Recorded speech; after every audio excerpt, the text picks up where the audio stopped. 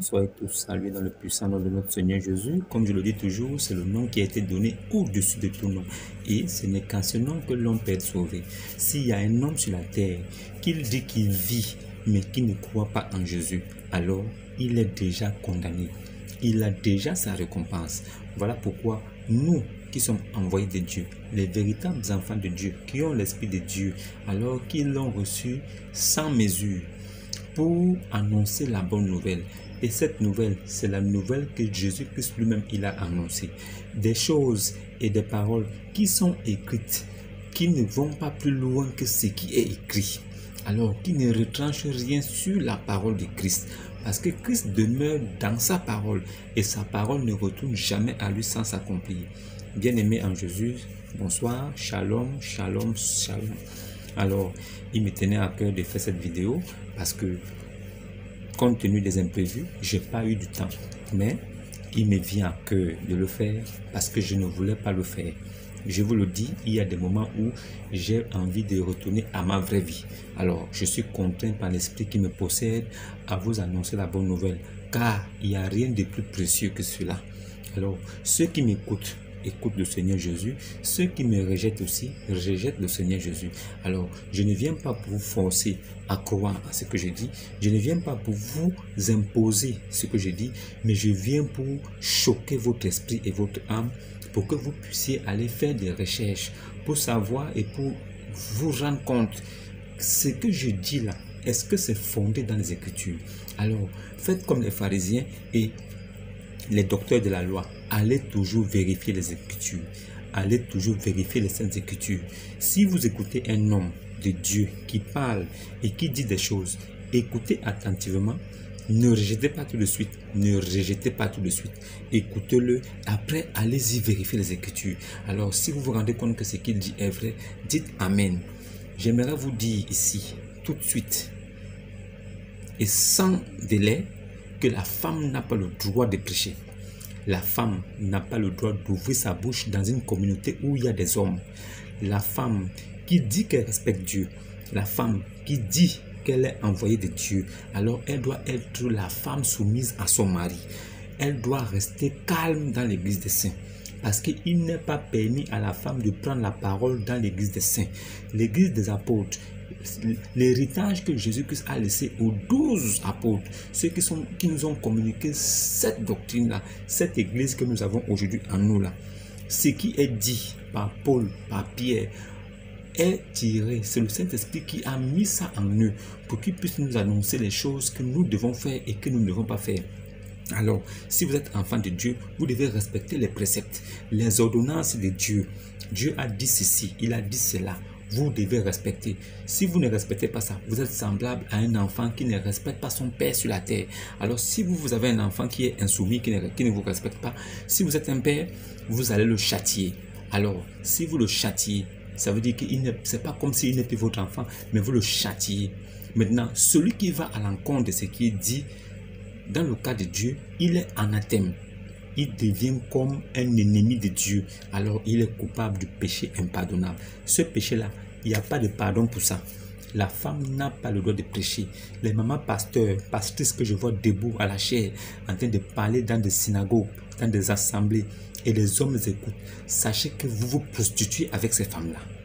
Je vous le dis, vous vous prostituez avec ces femmes. C'est que Dieu dit à un de ses hommes, à un de ses apôtres, à un de ses envoyés, à un de ses prophètes: tu as été juste devant ma face, tu as toujours fait ce que je veux, mais tu fais quelque chose d'abominable dont je ne suis pas content de toi. L'homme était surpris.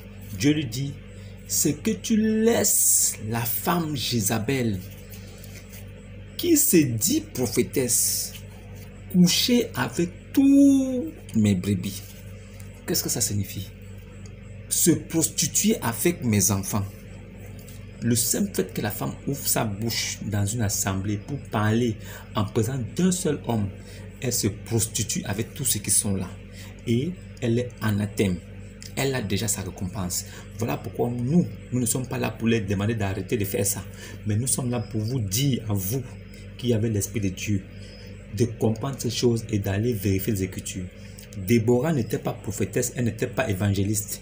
Déborah était prophétesse de Dieu parce qu'elle recevait des révélations, mais elle exerçait le métier de juge, pas dans l'église, dans un coin reculé un peu plus haut, sous un arbre, là où elle recevait des enfants et des femmes, des mères, des jeunes femmes. Elle les éduquait à rester chastes, fidèles à leur mari et leur donnait des conseils pour mieux élever leurs enfants. C'était son rôle. Elle n'était pas chargée de diriger le peuple de Dieu.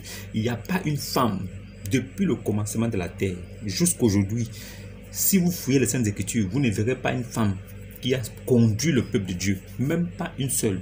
Jésus-Christ est venu après les Anciens Testaments. On peut dire qu'il était la préfiguration de ce qui devait venir. Alors, c'était l'image de la réalité qui était le Nouveau Testament, qui est l'aide de la grâce. Alors, l'aide de la grâce étant la réalité de l'image préfigurée dans l'Ancien Testament, Jésus-Christ est venu, il a choisi 12 disciples et parmi les 12, il n'a pas choisi une seule femme. Toutes ces personnes étaient des hommes. Même quand Judas Iscariote s'est pendu et qu'il est mort, Jésus a remplacé Judas Iscariote par un autre homme. Marie de Magdala était là. Marie, toutes ces femmes, elles étaient là. Pourquoi il n'a pas pris sa mère pour mettre parmi sa mère, Maman Marie, que les catholiques appellent Maman Marie là? Pourquoi il ne l'a pas pris pour la mettre 12e apôtre? Pourquoi il prend encore un homme? Il n'est pas permis à la femme de parler dans l'assemblée des saints.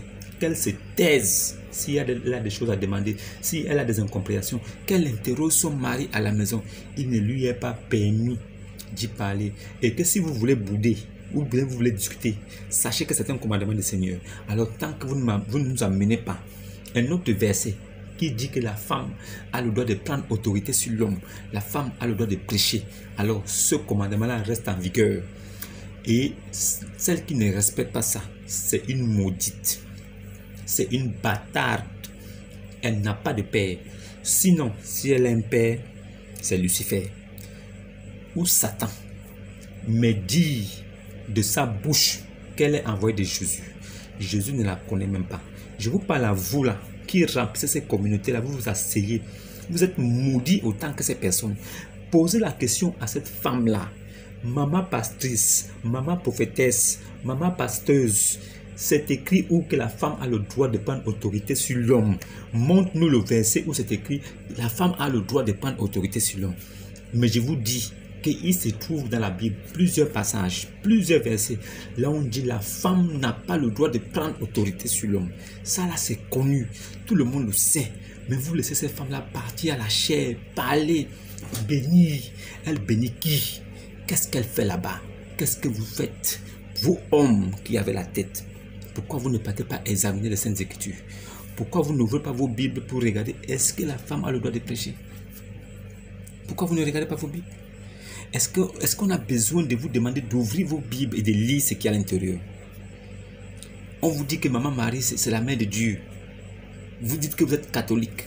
Vous n'ouvrez pas la Bible que vous mettez à l'aisselle, vous baladez avec ça le dimanche. Vous n'ouvrez pas cette Bible-là pour regarder est-ce que Marie c'est écrit dedans, Marie, c'est mère de Dieu. Il n'y a même pas un seul verset, même demi-verset, là où il est écrit Marie est mère de Dieu. Ça n'existe pas. Ça n'existe pas. Les catholiques sont anathèmes. Ils ont déjà les récompenses. Moi, je parle pour que ceux qui sont là-bas, qui sont véritablement enfants de Dieu, qu'ils sortent de là. Laissez-les dans les choses. Sortez de là. Vous qui comprenez la vérité et que la lumière a éclaboussé au visage. Sortez de là. Laissez-les dans leur affaire. Ils ne sont pas sauvés. S'ils continuent comme ça, ils vont tout droit en enfer. Mais vous, sortez de là. Parce que vous êtes des semences de Dieu. Ces choses-là ne vous concernent pas. Alors, la femme n'a pas le droit de prêcher. La femme n'a pas le droit de prêcher. Si la femme a le droit de prêcher, alors qu'on nous montre une femme apôtre. Une seule femme qui était apôtre de Jésus. Une seule femme qui était disciple de Jésus. Ça n'existe nulle part. La femme n'a pas le droit de prendre autorité sur l'homme. Sachez donc que Christ est le chef de l'homme. L'homme est le chef de la femme. C'est comme ça. Même au jardin d'Éden, quand Adam a péché, je peux le dire ainsi, c'est Ève qui, séduite est allée trop loin, elle allait très très proche de la frontière. Alors, elle a été dupée. Elle donna aussi à son mari, Adam. Adam en mangeait aussi. Et les deux découvrirent qu'ils étaient nus. Ils sont allés se cacher. Mais quand Dieu est descendu au jardin d'Éden, dans la forme d'homme, Adam, où es-tu? Il n'a pas dit, Ève, tu es où avec ton mari? On appelle le chef, Adam, tu es où? L'homme est le chef de la créature, de la création de son Dieu. L'homme est le chef de la création de son Dieu. Dieu a tout créé et il a créé l'homme à son image pour assujettir tout ce qui se trouve sur la terre. Alors la femme n'a pas le droit de prêcher, j'insiste dessus pour que vous compreniez ça. La femme n'a pas le droit de prendre autorité sur l'homme, elle n'a pas le droit de se tenir à la chair, elle n'a pas le droit de prêcher. Que cela soit dans vos têtes comme un refrain. C'est écrit où, là où une femme a été un jour prophétesse, elle a conduit le peuple de Dieu. C'est écrit où, là où une femme a conduit le peuple de Dieu sorti d'Égypte pour aller à Canaan. C'est écrit où, là où une femme était amie de Dieu. C'est écrit où. Posez la question à ces femmes-là. Qu'elles arrêtent de vous fatiguer. Qu'elles arrêtent de coucher avec vous comme ça. Vous vous prostituez avec elles sans le savoir. Lisez vos Saintes Écritures, vous allez comprendre ce que ça signifie.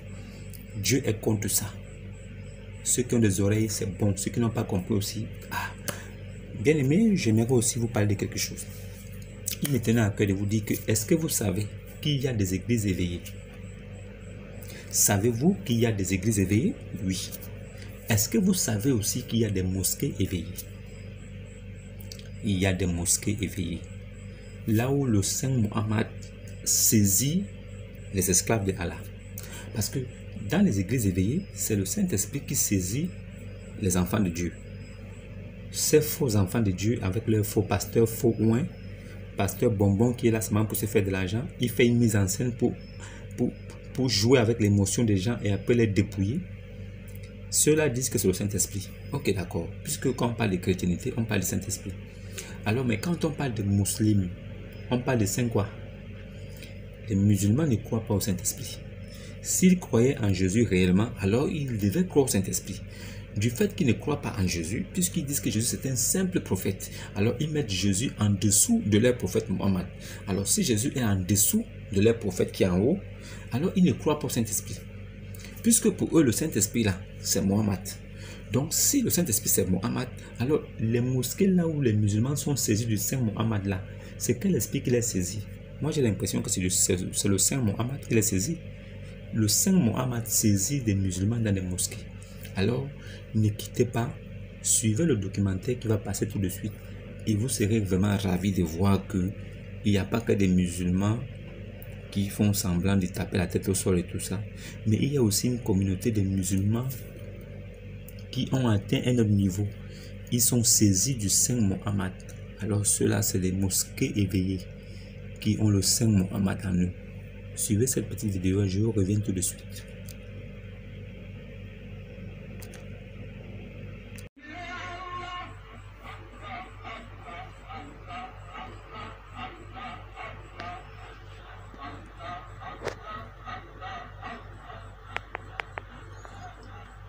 On vous dit qu'il y a des mosquées de musulmans éveillés. Des musulmans qui rentrent en transe. Et vous voyez qu'il n'y a pas une grande différence avec les églises éveillées, là où le Saint-Esprit attrape tout le monde. Ça veut dire que le Saint-Esprit, c'est un esprit catcheur. Lui, dès qu'il rentre en possession d'un de ses fils, alors il le renverse. Est-ce que vous voyez comment les gens sont en train de tomber partout, à gauche et à droite? Mais qui vous a dit que ça, ce sont des choses de Dieu? Est-ce que Dieu est un Dieu de désordre? Est-ce que Dieu, il vient à l'homme pour lui révéler quelque chose, ou il vient pour le renverser comme s'il voulait se battre? Comme je vous disais, vous avez vu la vidéo, alors vous pouvez comprendre ce que ça signifie. S'il y a des saints Mohammed, il y a le Saint-Esprit pour les chrétiens, il y a le Saint Mohammed pour les musulmans. C'est aussi simple que ça. Alors, bien aimé, je voulais aussi vous attirer votre attention sur quelque chose pour que vous compreniez. J'insiste là-dessus. Je voudrais que vous compreniez quelque chose. Depuis un moment, je suis saisi par quelque chose qui m'interpelle. La souffrance autour de nous. Est-ce que vous aussi, vous ne remarquez pas que la souffrance prend de l'ampleur autour des hommes?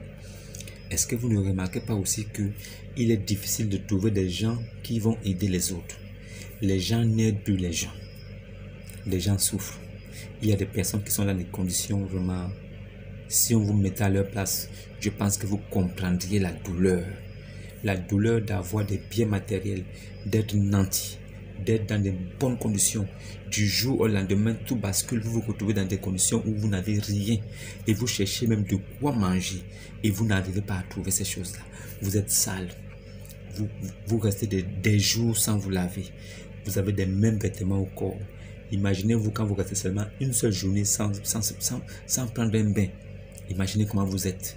Comment vous vous sentez dégueulasse. Comment vous vous sentez sale, crasseux. Maintenant, quelqu'un qui reste 2, 3, 4, 5 jours sans prendre un bain. Est-ce que vous voyez un peu dans quel état la personne peut se trouver? Et la personne doit s'habituer à vivre comme ça. La personne meurt étant vivante. Elle se dégrade. Sa peau se gaspille. Les dents même sautent. Parce que la personne est habituée à manger des biscuits, des petites choses qui ne coûtent pas cher, 200, 300 francs, 300. Il peut grignoter parce qu'il faut bien que le ventre soit rempli. Mais il n'a même pas l'idée, parce qu'à ce niveau-là, on ne trouve même pas la force d'avoir une pâte dentifrice. Une pâte dentifrice et une brosse pour se brosser. Remarquez bien la plupart des sans-abri que vous allez rencontrer, surtout en Europe. Parce que moi j'ai vu des sans-abri, des SDF, ils mangent des biscuits, des choses comme ça, et ils ne brossent pas les dents. Et alors ils perdent beaucoup de dents. Vous allez constater qu'ils ont des pommes de dents. Ils perdent des dents parce qu'ils sont constamment dans la sucrerie. C'est des choses qui coûtent les plus moins cher. Manger la vraie nourriture là-bas, c'est pas la peine, c'est pas possible. Ça coûte trop cher. Vous êtes obligé de manger les McDo, les choses, les fast-food. Les fast-food aussi, c'est un peu moins cher. Mais la vraie bouffe, comme nous mangeons ici en Afrique, c'est pas possible. Voilà pourquoi les SDF sont dans les biscuits, les jus. Et c'est ça qui détériore, ça gaspille leurs dents. Si on dit que leur santé dentaire est hors usage. Ils perdent des dents, pas parce qu'ils veulent, mais parce qu'ils mangent toujours des sucreries, des biscuits, des trucs comme ça, des galettes. Voilà, ils mangent ça. Est-ce que vous ne pouvez pas, de là où vous êtes, faire un effort pour venir en aide aux pauvres? Même si chacun contribue à une hauteur même de 1 franc, ça va aider, ça va soulager. Ces gens-là qui sont sans abri aujourd'hui, ils étaient comme nous hier, aujourd'hui ils sont sans abri. Est-ce que vous pensez à ça? Pourquoi est-ce que l'homme a tourné le dos à l'humanité? L'homme a oublié qu'il est être humain. Il a oublié que son semblable est être humain comme lui. Il a oublié que le SDF, le pauvre sans-abri, qui passe les nuits dehors, qui n'a pas de quoi manger, l'homme a oublié que celui-là aussi est créé à l'image de Dieu comme lui. L'homme a oublié ces choses-là. Les gens se tournent maintenant sur l'orgueil. Tu me connais? Moi, je suis moi. Laissez-moi. Tu n'es rien. Tu n'es rien. Tu périras comme les autres qui sont partis avant toi. Il y avait plus que toi avant. Il est où aujourd'hui? Il y a des présidents de la République qui sont morts comme nous. Nous sommes tous pareils. Il n'y a pas quelqu'un parmi nous qui peut acheter la vie. La vie s'arrête un jour. Mais qu'est-ce que tu as fait de celle que tu as eue? On ne compte pas le nombre des années. Mais le peu d'années que tu as eu, qu'est-ce que tu en as fait? Est-ce que tu t'es préoccupé des autres, de l'humanité? Est-ce que tu as regardé que la terre fonctionne et il y a des êtres humains autour de toi? Est-ce que tu es venu en aide aux pauvres, à la veuve, à l'orphelin? Est-ce que tu es venu en aide à l'étranger? Dans certains pays, on les maltraite, on maltraite les étrangers. Dieu dit dans sa parole, celui qui prend soin de l'étranger a la bénédiction de l'Éternel. Vous maltraitez l'étranger, vous voulez quelle bénédiction? Cette malédiction-là va se reverser sur vos enfants. Si vous ne payez pas, vos enfants vont payer. Faites tout pour essayer de changer les choses. Changez le monde juste un peu. Faites du mieux que vous pouvez pour améliorer les choses. Aidez les pauvres à côté de vous. Ne les laissez pas tomber. Quelque chose à manger avec un peu d'eau ou un jus en passant, ce n'est pas mauvais. Ce ne sera pas mauvais. Ne les laissez pas comme ça. Ne laissons pas les pauvres autour de nous souffrir. Ce n'est pas bon. Toutes ces choses-là arrivent parce que Dieu veut voir ses enfants. Toutes ces choses-là arrivent parce que Dieu aussi veut savoir si ses enfants le craignent. Si ses enfants vraiment savent que aime ton prochain comme toi-même est un commandement du Seigneur. Ce n'est pas parce que ce commandement a été donné dans la loi mosaïque que ce n'est plus d'actualité. Non, tout ce qui est dans la Bible est utile pour enseigner et pour édifier l'homme. Est-ce que vous vous occupez des pauvres autour de vous? Est-ce que vous vous souciez de l'état de santé, de l'état mental, de l'état physique de ceux qui sont autour de vous? Est-ce que vous vous souciez même de l'état financier de ceux qui sont autour de vous? Est-ce que vous pensez à tout ça? Moi, en ce moment, je suis très touché par les choses que je vois autour de moi et je me rends compte que je n'ai pas assez ouvert les yeux pour me rendre compte que la souffrance est en train de prendre de l'ampleur. Dieu s'éloigne peu à peu de nous parce que nous commettons l'iniquité. Nous commettons le mal autour de nous. Nous nous comportons mal envers notre prochain. On n'aide plus les gens. On se soucie seulement de nous. Nous sommes devenus des égocentriques. On a perdu l'amour est parti avec tout le reste. Aujourd'hui, c'est l'argent qui fait tout. C'est avec l'argent qu'on veut avoir les belles choses. Mais est-ce qu'on se soucie des pauvres? Est-ce qu'on se soucie des pauvres? J'aimerais que vous regardiez cette vidéo-là. Vous allez voir comment est-ce que les gens mendient. Même pour manger. Il y en a qui se trouvent le matin, ils n'ont même pas de quoi manger. Ils passent une journée, 2 jours, ils ne mangent pas. Mais il a le nom de Dieu dans sa bouche. Quand tu lui viens en aide, tu te rends compte qu'il est affligé à un niveau où il a mis toute sa confiance en Dieu. Parce que la vie l'a dépassé. Tout ça aussi sont les plans de Dieu. Parce qu'aucune situation n'est éternelle. Aucune situation n'est définitive. Les situations passent. Ce sont des choses qui vont passer. Vous pouvez être riche aujourd'hui, devenir pauvre demain. Vous pouvez être pauvre aujourd'hui et devenir riche demain. C'est comme ça, c'est vice versa. Il n'y a que Dieu seul qui sait. Voilà pourquoi quand vous avez aujourd'hui, essayez d'aider ceux qui n'en ont pas. Parce que vous ne savez pas quand vous n'aurez pas. C'est celui qui n'a pas aujourd'hui qui pourra avoir demain. Et il pourra vous aider parce que vous l'avez aidé quand il n'avait pas. N'oubliez pas ces choses-là. Pensez toujours autour de vous. Et voyez si vous pouvez venir en aide à quelqu'un qui est en difficulté. C'est très important. Vraiment, c'est très important. N'oubliez pas ces choses-là. Que Dieu vous bénisse. N'oubliez pas de vous abonner. N'oubliez pas aussi de partager la vidéo. Cela me fera plaisir de voir le nombre d'abonnés augmenter. Parce que le plan qui est derrière ça, c'est le plan de Dieu.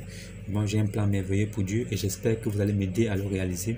Parce que toutes les personnes qui contribuent à l'œuvre de Dieu sont des bénédictions de Dieu sur la terre. Alors, si vous voulez avoir aussi la bénédiction de Dieu, contribuez à l'œuvre de Dieu. On ne vous demande rien du tout, mais on vous demande seulement de vous abonner. Et cela permettra à la chaîne de grandir. Et si la chaîne grandit, cela permettra aussi à plusieurs âmes d'être touchées.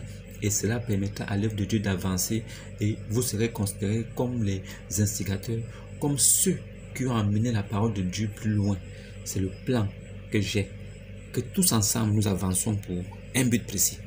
Sauver ceux qui sont égarés, ramener ceux qui sont dans les ténèbres et permettre à la bonne nouvelle d'être prêchée aux pauvres en esprit et que toutes les personnes qui écoutent cette parole soient libérées, sortent des ténèbres pour la lumière et que la terre entière reconnaisse que Jésus-Christ est Dieu par ses attributs et par sa mort sur la croix et par sa promesse qui a été accomplie. Je te remercie, toi qui m'as suivi. Je vous remercie aussi, vous qui me suivrez. N'oubliez pas de vous abonner et de liker. Mais avant, regardez la vidéo et shalom, on se voit demain.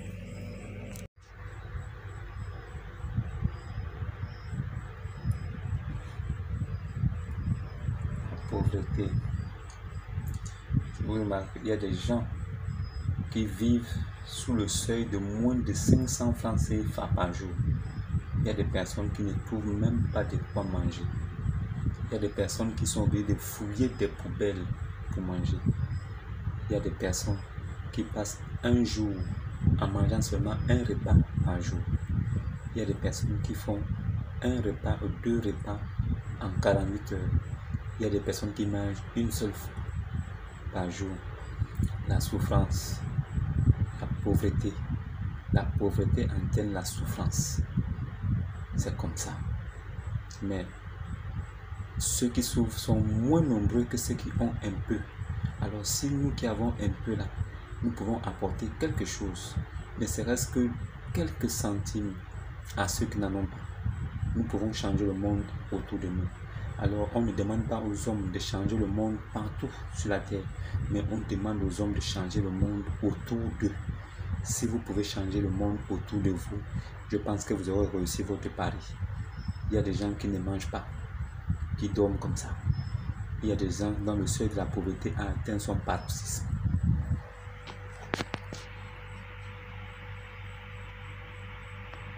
Des gens qui se baladent avec leur sac. Lui là, il se balade avec son sac. En fait, il n'a pas de quoi manger. Il n'a rien du tout. À la main, ce qu'il a, c'est-à-dire les pièces qu'il a entre les mains, dans sa paume de main, n'ont même pas la valeur de 100 francs CFA. Ça veut dire qu'il se balade avec quelque chose dont il ne peut même pas s'acheter un jus. Il ne peut même pas s'acheter quelque chose de bon à manger. Même une baguette, il est incapable de s'en acheter. Ça veut dire qu'il se lève le matin, sa maison, c'est le sac que vous voyez là, qu'il a à l'épaule là. C'est sa maison qui est là. Il a tout pour lui là-dedans. Il se balade comme ça, il cherche un moyen de subsister. Il vit, c'est une personne, c'est un homme aussi. Quand vous voyez ces choses-là, vous vous posez la question, qu'est-ce que vous avez de mieux? Qu'est-ce que vous avez de plus important que lui là? Rien du tout. Mais le plan de Dieu, c'est comme ça. C'est la volonté de Dieu. Ce qui arrive aux hommes. Ils n'ont pas cherché ça. Mais c'est comme ça. Et quand on les voit, on les esquive. On ne les vient pas en aide. Mais il y a des bonnes personnes, heureusement, que Dieu a disposées sur la terre, qui sont là, qui essaient de faire du mieux qu'ils peuvent en apportant quelque chose de merveilleux pour que ces personnes-là aient une sensation d'être important, une sensation d'être vivant. Il faut apporter cette chaleur qui leur permet de comprendre que malgré leur état social, ils sont des êtres humains, que nous les aimons aussi. Et qu'ils sont là, ils vivent parmi nous. Nous devons nous battre. Nous devons faire quelque chose à notre petit niveau pour apporter le sourire à ceux qui sont pauvres, qui souffrent autour de nous. N'oubliez pas ces choses-là. Parce que ces choses-là font partie même de la base même de la vie sociale. Ces choses-là font partie de la base de la vie. Alors si vous avez un peu d'argent, n'oubliez pas, ne partez pas remettre ça à un faux pasteur. Il va vous vendre de l'huile d'onction, il va vous vendre des parfums de Saint-Michel, il va vous vendre des chapelets. Non. Ou bien il a besoin de ça pour la dîme, pour envoyer ses enfants à étudier en Europe, pour aller se construire une belle maison dans un beau quartier de riches et pour rouler dans des grosses voitures. Prenez cet argent-là, allez remettre à des gens comme ça qui n'ont même pas d'endroit où dormir, qui dorment dans la rue, qui vivent le jour. Eux, ils en ont plus besoin qu'un pasteur fainéant qui ne veut pas travailler, qui veut s'asseoir à la maison et il grossit parce qu'il prend l'argent dans la poche de ses fidèles. Donnez cet argent-là à des personnes comme ça. Eux, ils en ont plus besoin. Ils sont dans le besoin. Ça veut dire qu'en permanence, eux là, il faut les garder. Vous voyez pas ça? La souffrance est une réalité. Vous voyez cette dame, elle a son sac avec elle. Elle a ses draps là, elle a ses couches avec elle. Elle a tout pour elle du couchage. Des choses qui lui permettent de pouvoir passer la nuit quand la nuit la trouve quelque part. En fait, elle n'a pas d'endroit où partir. Alors, elle se déplace. Ça dépend, comme le vent. Ça veut dire que quand elle trouve un endroit qui est un peu plus isolé, un peu plus calme, alors elle s'arrête là-bas, elle s'assoit. C'est là où elle passe peut-être un jour, 2 jours, parce qu'elle trouve que l'endroit est approprié. Mais après, elle part de là. Mais comme je dis toujours, il y a toujours des bonnes personnes qui se baladent et qui ont des bonnes volontés et qui vont toujours remettre quelque chose à ces personnes-là. Vous voyez, là, son sac à côté d'elle. Elle est restée là assise toute la journée. Elle n'avait pas de quoi manger. Voilà sa maison. Sa maison est là. Alors, il y a eu quelqu'un de gentil qui est venu vers elle et qui lui a remis quand même quelque chose. Elle est allée acheter à manger. Est-ce que vous voyez que dès qu'elle a reçu l'argent, elle s'est levée directement pour aller acheter à manger? Ça veut dire qu'elle n'avait rien à manger sur elle. Elle est restée là assise parce qu'elle n'avait pas de force. Alors, n'ayant pas de force, elle ne peut pas se balader partout. Elle s'assoit comme ça, elle reste là assise en espérant que quelque chose de bien peut arriver dans la journée pour lui permettre de manger et d'attendre le lendemain. Alors, quand quelqu'un de bien est passé par là, il lui a remis quelque chose, ça lui a permis d'avoir quelque chose à manger. Vous aussi, vous pouvez faire autant. N'oubliez pas que ces gens de personnes-là, c'est vrai, ce sont des sans-abri, c'est dans les pays européens, mais vous, en Afrique ici, Il y a des personnes autour de vous qui sont des sans-abri, qui ont des toits, des maisons, mais qui n'ont pas de quoi manger. Alors vous savez ces choses-là, mais vous ne faites rien. Et vous allez prier dans des églises, être saisi du Saint-Esprit. Vous attendez à avoir des récompenses. Vous n'aurez rien là-bas. Si vous êtes incapable de prendre soin à ceux qui n'en ont pas, si vous êtes incapable de prendre soin à ceux qui en ont besoin, alors que vous êtes dans l'abondance, quand vous mangez, vous jetez la bouffe. Il y en a qui en ont besoin. Vous préférez aller jeter que d'aller donner à ceux qui n'en ont pas pour qu'ils puissent manger et boire. Parce que eux, ils en ont besoin. Eux, ils n'ont pas. Et ils pleurent tous les jours. Ils meurent de faim. Il y en a qui font 2-3 jours sans rien manger. Mais vous, vous avez de quoi manger, mais vous jetez. C'est ça. Prenez l'exemple sur les autres. Faites comme les autres. Aidez les gens qui n'en ont pas. Dieu vous bénira pour ça. Vous n'êtes pas obligé de montrer ça aux gens.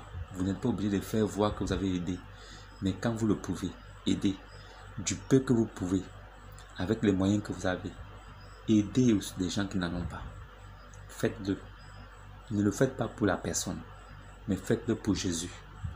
Jésus qui a dit que si vous rendez service à celui qui n'a pas, c'est à moi que vous l'avez fait. Alors, pensez-y. Quand vous aurez de l'argent et vous prenez ça pour aller jeter, pensez à ça.